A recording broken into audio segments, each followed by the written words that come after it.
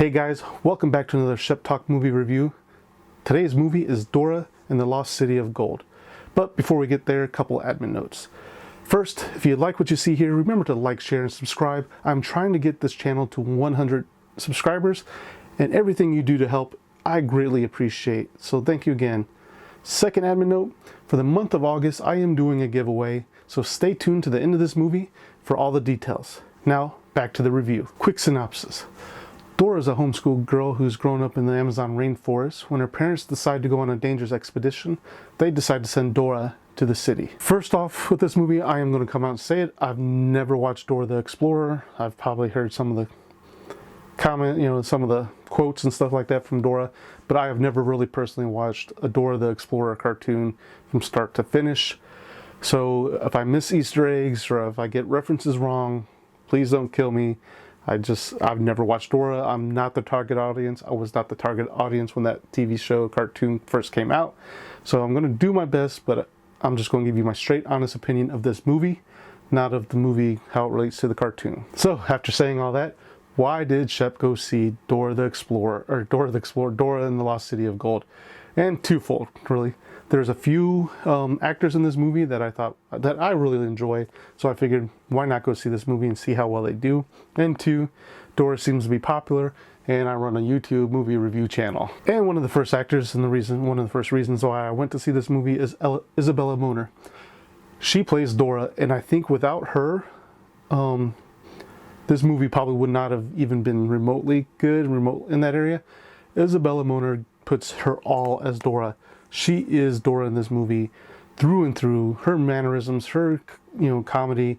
She is probably one of the best actors in this movie in the portrayal of the character that she's doing. I think she did a really well job. I think she threw herself into this movie, and just all props to Isabella. I think she did a great job, and I think no one else could have done the role or played the role of Dora exactly like she did. And then another actor I went in because I'm a fan of was Michael Pena. And I want to say I think the writers got him because of the performances that he did in Ant-Man, because it just seems like the character that he's playing in here, Dora's father, even though he's a professor, seems to be playing like an extension of that character that he played in the Ant-Man series, which really sucks because the writing in this movie is not the greatest. And I don't know if maybe he tried to throw some spin on it himself. Maybe he tried to do some ad-libbing.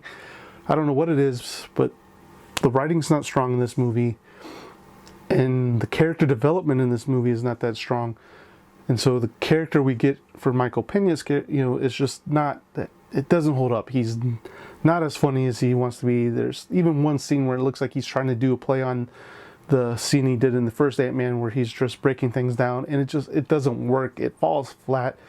Like a lot of the comedy in this movie, it's not really well executed, and it shows when you have someone of like Michael Pena's comedic background, and the laughs are not always there. And the next actor I want to talk about, though I'm going to butcher his name and I really apologize, is Eugenio Derbez. I hope that's right. I've seen him in a few other movies, especially the one that's most recent on my mind right now, I don't know why, is the Overboard movies. But I think he's in Latin Lover. I think he's the star in Latin Lover as well. He's been funny on screen. I've just loved some of his comedic takes.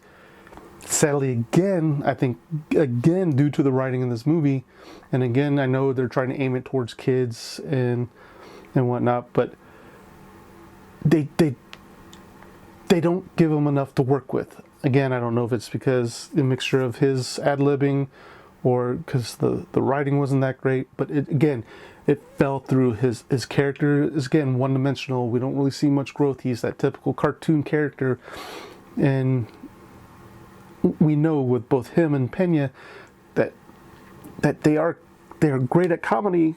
It just that this movie doesn't know how to use them properly, and it really tells. Again, I know it's aimed at kids, but they could have done so much more with those two characters. And the last actor I'll pretty much mention, though I didn't even know he was in this movie until I went and watched it, was Tamor Morrison, or as some of my friends call him, Clone Daddy. Sadly, again, he's not in this movie a lot. He plays a typical villain henchman type thing, and so he's only used really to push characters in a certain direction.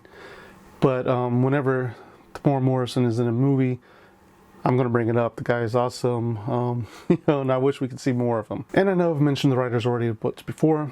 I do give the writers prop because it does seem like they were trying to bring in some of the history and Easter eggs from the cartoon into this live action movie, while also trying to do their own spin on Dora. And I just think they fell flat. It's a tough job when you have a popular kids cartoon and you're trying to do your own thing, but keep to the cartoon or what people loved about something from the past. It's very hard to balance, and if you don't really know that middle ground that you want to hit, which is what I think they did, they didn't really give us enough for the adults to watch this movie with their kids. I'm sure the kids are going to love it. It's a lot of, really easy stuff for the kids to follow.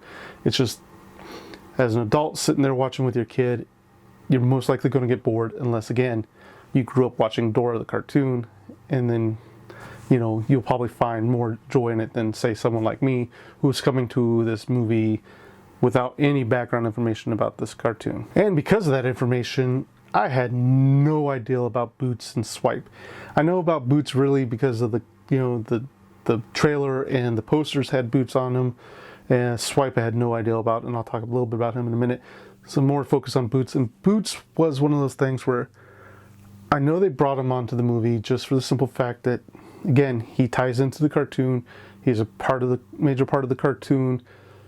But having this CGI monkey that again, like me, I have no idea about who Boots is or why he's acting the way he's acting. It was just strange and out of place, especially in a live action movie. You have this CGI monkey acting and behaving this way. I get it. Dora and her parents have been living in the rainforest for probably at the very least 14 years, I think. Or, something like that, 10, 14 years. So I get the monkey would carry on, maybe, get the mannerisms of what the humans are doing. But again, the CGI on this monkey as well was all over the place, man. This monkey sometimes looked like he was just like someone on LSD was drawing him. It's one of those things when you're watching a live action movie and they throw CGI on there, just have CGI, and it just doesn't work. The monkey on here, he's cute and he's funny at times, but for the most part, it's like, why is this monkey here? And I get it. I know he's part from the cartoon, but if they're going to do a live action with with humans, they should have done a better job with the CGI monkey. And then we get Swipe the Fox. I have no idea the background story on Swipe the Fox. And I can see having Boots, because again, they were living in the jungle. They might have befriended this monkey, and this monkey stayed around and, played with Dora and whatnot. But we don't get any information about Swipe the Fox. He's standing on his hind legs. It looks like he's talking English to these humans, and they're understanding him. I don't know. I don't understand where Swipe the Fox came from. Again, it's CGI that just looks terrible. It doesn't look like it belongs in the scene that he's in. And this movie has this hard time balancing. Is this a live action movie with CGI characters that are based in this movie, or are they throwing these CGI characters on the screen just to have them be throwbacks to the cartoon? Because I'm sorry, there's certain scenes that just, the CGI is bad and you can tell it's bad, and it really shouldn't have been in the movie, or should have, if it meant so much to be in the movie, they should have spent more money on the CGI and made it more integrated into the scene. And like I said before, I know this movie is aimed at kids and those that grew up watching Dora the Explorer and have more knowledge and history about this movie. But it just seems like this movie is made from lazy writing and bad choices, or having them write bad choices for these characters. We see Dora get kidnapped and her friends get kidnapped with her schoolmates, not really friends, at the beginning of this movie, and sent into the jungle, and they escape. And it's a bad decision. It's like, and Dora learns then that her parents are kidnapped, and she's like, I gotta go save my parents. But you're bringing 3 kids that have no clue what they're doing in a jungle. Diego kind of knew what to do in the jungle, but Diego hadn't been in the jungle for 10 years. You're putting these kids in such dangerous situations. There was times where you could have, at the beginning, not gone into the jungle to save your parents right away. Get these 3 kids into a city somewhere, or maybe, I don't know. It just, to me, I get it, your parents are in danger, but you also have to look at these 3 kids and realize they're in danger as well. If we bring them along and they die, that's on us. And I know, again, it's a kid's movie and those thoughts shouldn't happen, but I was thinking about it throughout the movie. It's like, you're bringing 3 people that have no knowledge of the jungle whatsoever. They're going to die. And again, I'll bring it up. I really do feel sorry for these actors, especially the seasoned actors, because again, I know I'm harping on it. I do believe it's the writing that they don't give these seasoned actors much to go on, and it hurts. The performance hurts. You can tell that, I don't know if the actors just pretty much zoned out and go, okay, we're making a Dora the Explorer movie. I don't need to give it 100%. Maybe they gave it at 50%. They're like, I got the money. This movie's going to be made no matter what I do. And I think you can tell, at least, you can tell that the actors don't have their heart in it, except for Isabella. More shout outs to her. Isabella is great in this movie. I would even just say, if you want to see it just because of Isabella and her performance and how much she gives to being Dora, she is the heart of this movie.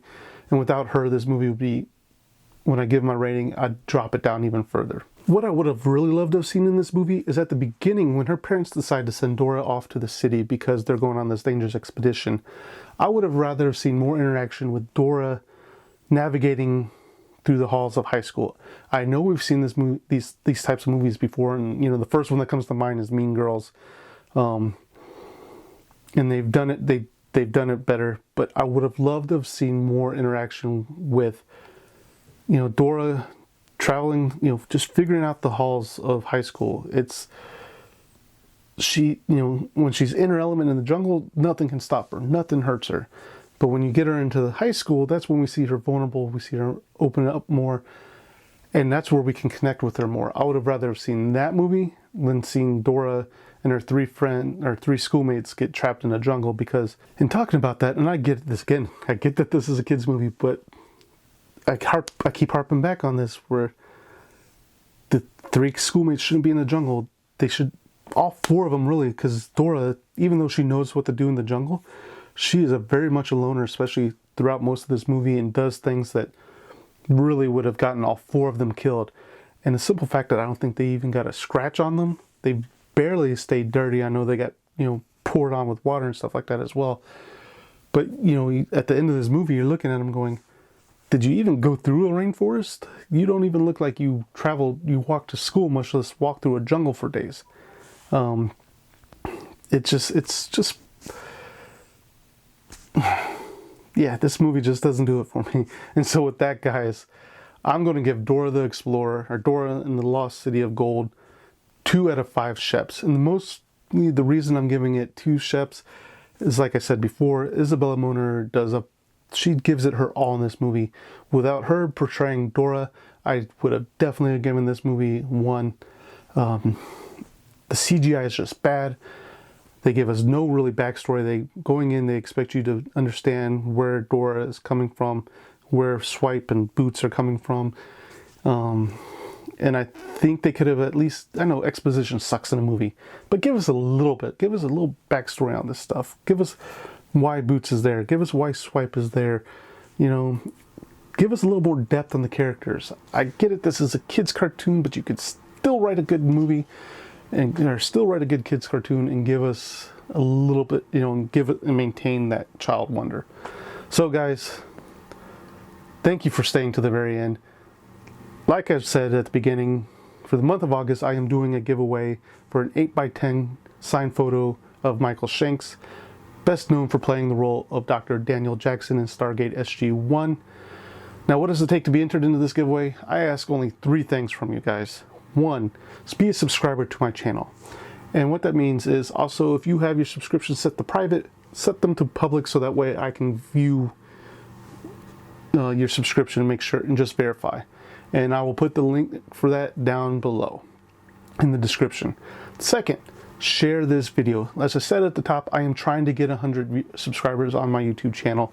So anytime you share my stuff, it does help my channel grow, and I greatly appreciate it. Third, comment down below. Tell me, what was your favorite cartoon as a kid when you were growing up? And as always, guys, thank you for watching, and I'll see you at the next review.